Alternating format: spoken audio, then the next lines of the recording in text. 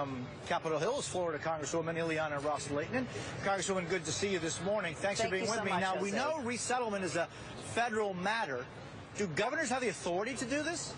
No, they don't have the authority, but I think that this is sending a strong message to us in Congress to say, do something about it, change the laws, make sure that that we don't take in these refugees unless they are thoroughly vetted.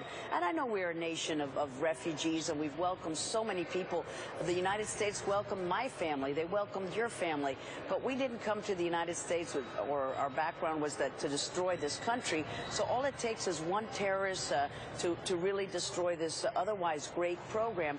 I was at one of the refugee camps in Jordan.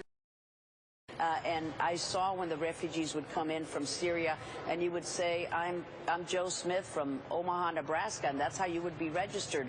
And like the FBI director said, our intel is only as good, our vetting, as the information on our databases. And if you don't have that Joe Smith registered as a problem guy because he switched names, we cannot properly vet. So I support Governor Scott, not as a permanent ban, until we can figure out how we are thoroughly vetting each and every individual, because I know they don't do it in the camps.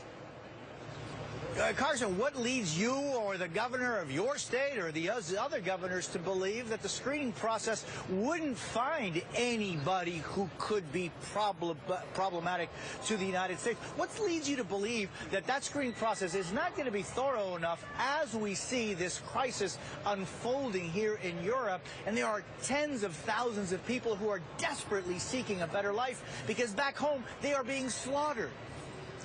Good point. Two things on that. First, because I believe the FBI director who tells us we cannot properly vet every individual because you can't vet them based on information you don't know.